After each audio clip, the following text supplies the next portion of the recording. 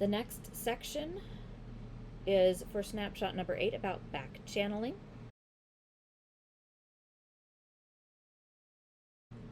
Some ways to do this in ASL. OIC.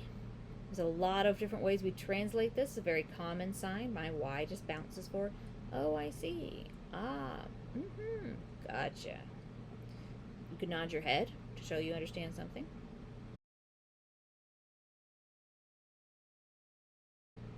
You can use your facial expressions. This looks like your eyebrows wiggling up and down. You can use your facial expressions like, what? No. Are you serious? All of those facial expressions show that you're following what the person is signing and that you understand. Very important in ASL to show that back channeling.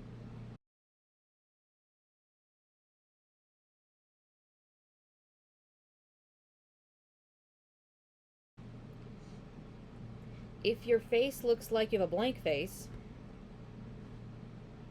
a deaf person's going to probably stop signing and check. Do you understand? Are you mad about, like, what? I'm not seeing anything. Facial expressions are important.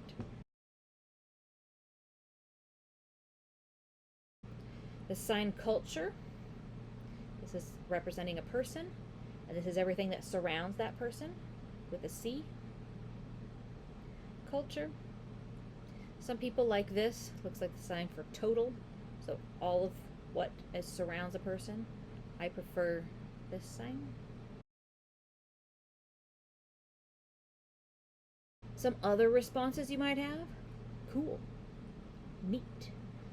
One can just, there's several variations of this. They're all fine. One's a real small twist. Again, if you have longer nails, be careful that you don't scratch yourself. So you might want to modify onto your finger or modify onto your thumb to keep your nail away from your skin, because sign language is not supposed to be painful.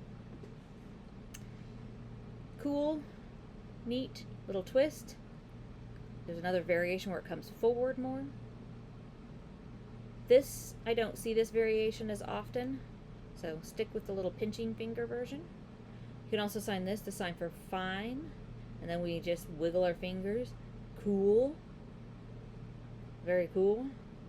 To spell it, C-O-O-L, you'll see that hashtag pound sign. C-O-O-L becomes cool, and I move it forward to show it's cool.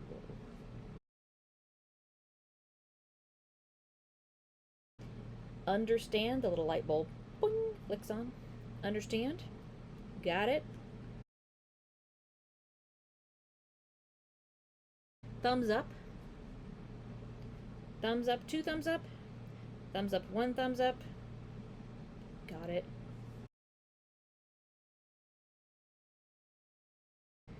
And here is the instructor explaining about back channeling.